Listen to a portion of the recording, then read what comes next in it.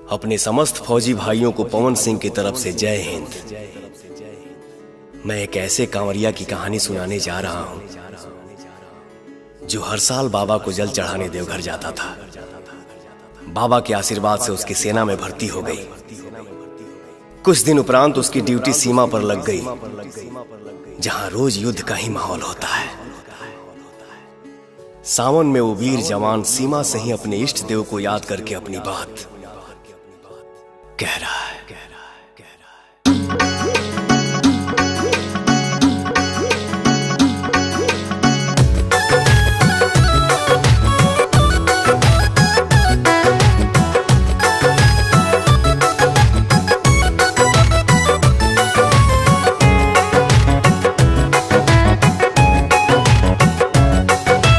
एक संदेश आज मेरे बाबा को दे आना,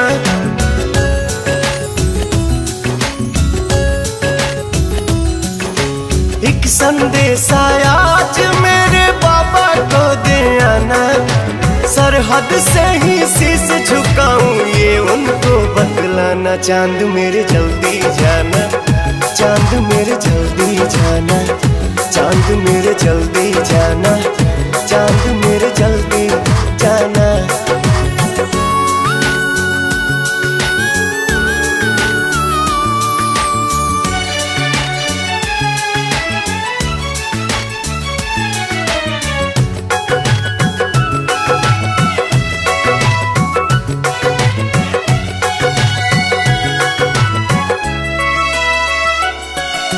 सावन में मैं तो हर साल जाता था,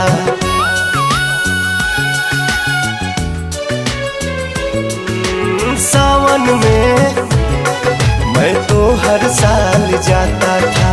देवघर में जल शिव को चढ़ाता था। जन्मभूमि की लाज अब तो मुझको है बचाना।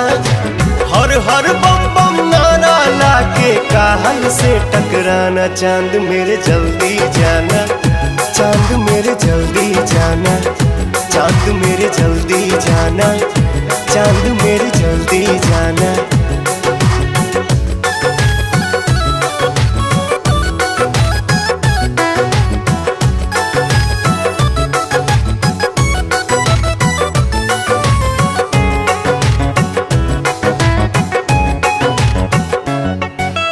अखिया रे निगोड़ी रात दिन ही रोती है।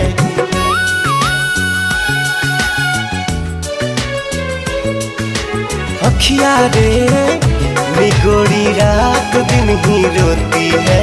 नहीं यादें मिलन की आस ही संजोती है।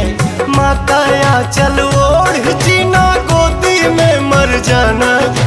पवन मतलबी की नहीं गलती, शंभू को समझाना। चांद मेरे जल्दी जाना, चांद मेरे जल्दी जाना, चांद मेरे जल्दी जाना, चांद मेरे जल्दी